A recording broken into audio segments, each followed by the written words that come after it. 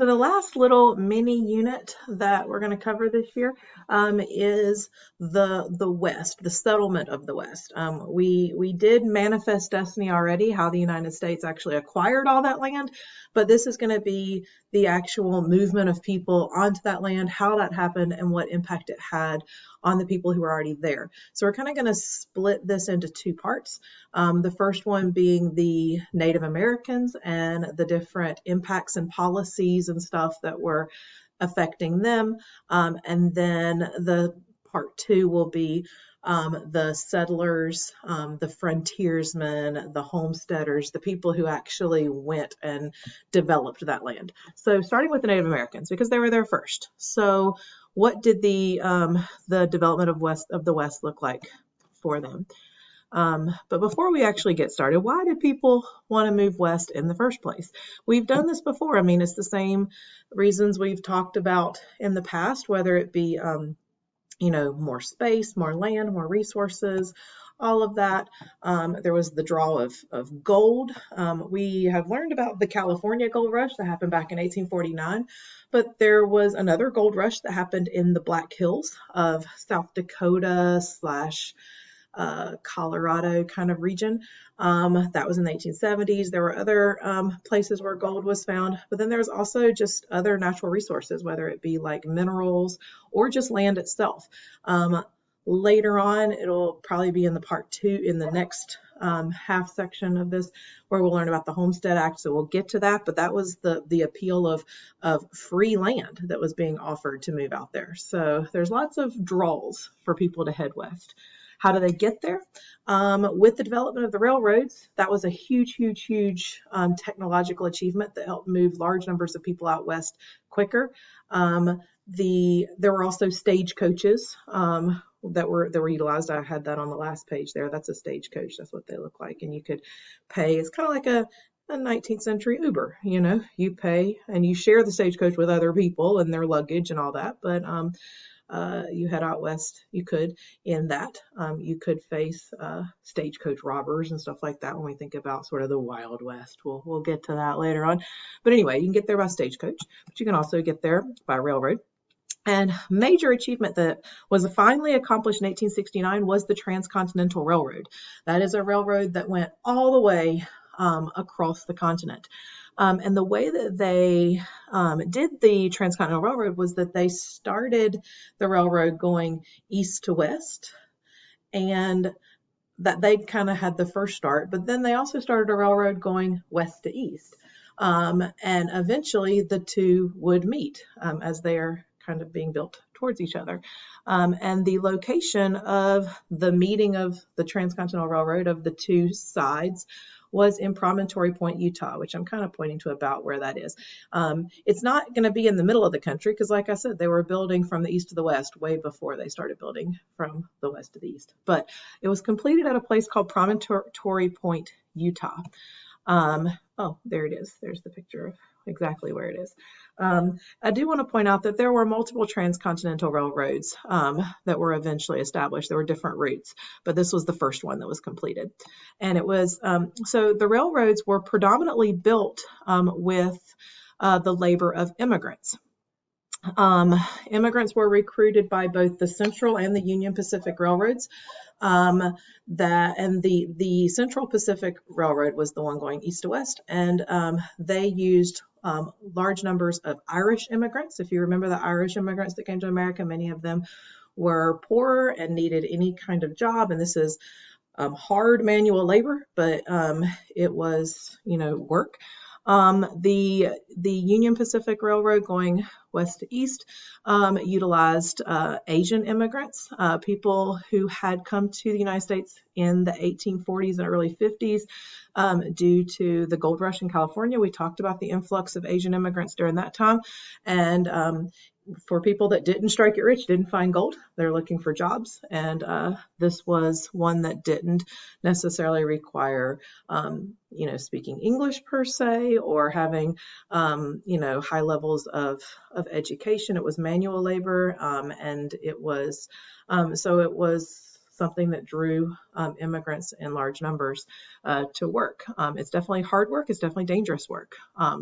But the railroads were largely built by immigrants. And here you see kind of the work of doing that, laying the rails and all of that. Here's more pictures of that, hauling the different materials that are needed for the making of the railroads. So here's Promontory Point, Utah. They had a big ceremony because here's the completion, the meeting of the two lines. They took a big picture, had a big celebration. They hammered in the final spike, which was made of gold to symbolize the event. So this is the golden spike. So they hammered it in, took the picture, then took the spike out of the ground because they're not going to leave a golden spike in the ground. That would be stupid. So now it's in a museum, and they put in like a normal iron spike. But so anyway, that is where the railroad was completed. All right, so who is already out there? As Americans are starting to move west, obviously there's a lot of indigenous peoples to the areas. There are literally hundreds or thousands even of different tribes. We are only going to mention a few of them in this, and this visual only includes a handful of them. But some of the most important ones that we will, not most important, but ones that we will talk about the most are the Sioux. That is that S-I-O-U-X word is pronounced Sioux. The Cheyenne. The Sioux is probably going to be the one we talk about the most. They're mostly in the Dakota area. And by the way, Lakota is mentioned here as a separate tribe. It's actually a sort of sub-tribe within the Sioux. They're called the Lakota Sioux. But they're in the Dakota area. The Cheyenne is in Wyoming. Largely the Nez Perce were in Idaho. So these are just some of the ones that we'll mention. All right, so flashing back, recapping what we've learned all year long. What has been the American policy towards Native Americans? You could probably summarize it. It's not been good. But if we were to really put it into words, it has been basically forcing them off of their land onto smaller and smaller pieces of land. Forcibly removing them, forcing them west. You may remember back in the 1830s with the Indian Removal Act of Andrew Jackson that lots of Native Americans were forced out to Oklahoma along the Trail of Tears. So they were basically moved from the East Coast out west. But then as more and more Americans, white Americans wanted to move out west, they started to restrict them even further. So new treaties were made to confine them to even smaller and smaller areas. There were often treaties that were made saying that they would be compensated for the loss of their land. Those usually were not backed up very well or followed through with. But basically, the big idea is that they have been confined into smaller and smaller areas. So they were forced to abide by tribal boundaries. Now, if there's one thing that I want you, I'm going to go back to this page for a second. I want you to recognize, and I think I said it on the very first day of class, and I don't know who remembers back that far, but one of the biggest characteristics of most Native Americans, I told you that you can't, just categorize them all into like one culture. But one thing that was pretty common across different tribes was the belief about the land. And that is that nobody owns the land. No one can just lay claim and, stake ownership of land. Land is a resource that should be shared by everyone. And that they live off the land, off of hunting and gathering different resources. And so when all these treaties and policies were made that confined them to certain pieces of land and saying, this is your land, that is not something that, is part of how they believe land should be used. And so, and keeping in mind that one of the biggest resources of the Plains Indians were the buffalo. And buffalo do not stay in little pieces of land just because there is a, arbitrary boundary set there. So when they needed to hunt, they needed to leave their confined area that they're supposed to be in. And when that happened, there was often United States military troops, army troops, stationed to attack them for having left their land. And that's what happened at the Sand Creek Massacre.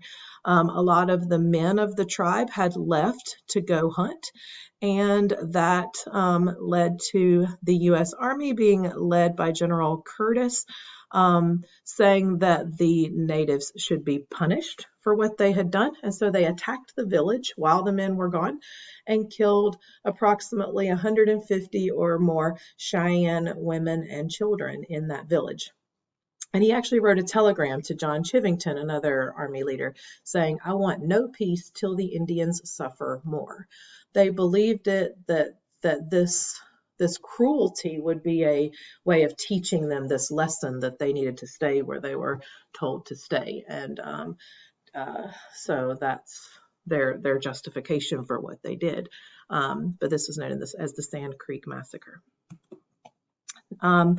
A little further north, up in the Dakota Territory and into Montana, was a trail that was used largely by the U.S. military to transport supplies and stuff to different parts out west, and it was called the Bozeman Trail. And it went towards Bozeman, Montana, if you've ever heard of that. But a problem with the Bozeman Trail was that it cut through Sioux territory, and the natives did not like that, and they requested that the government close the trail. And when they refused to, native tribes joined together to attack along the trail. And the person leading those attacks was a Native American named Crazy Horse.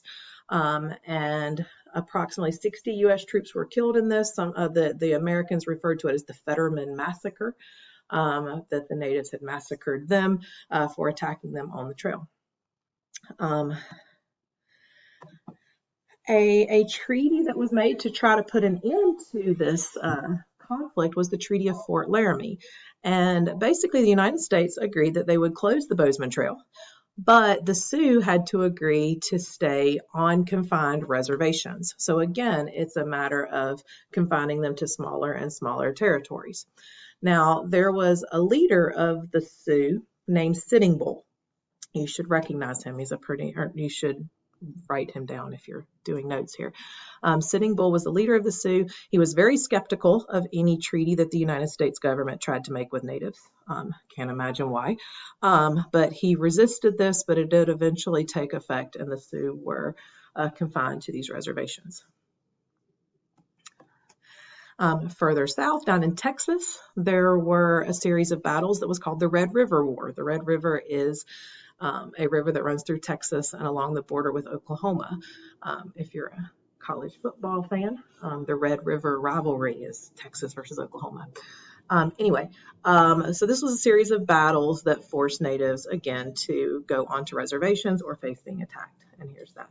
The main thing I want you to get from all of these conflicts is sort of this same theme of Native Americans being put onto smaller and smaller reservations, and their resistance led to wars and attacks and stuff like that. So that's happening all over the West, up in the Dakotas, down in Texas, lots of places. And Lieutenant Colonel George Armstrong Custer was one of the men leading the U.S. Army in some of these attacks. He was the leader of the 7th Cavalry Division, and he did most of his action up in the Dakota Territory. One of the first parts of his kind of job was to try to clear out some of the area so that gold miners could come in. When there was a gold rush that happened in the Black Hills, he was kind of leading the charge to kind of rid the area of Native Americans so that American settlers could come into the area and search for gold. We will get to more of George Armstrong Custer in our next segment.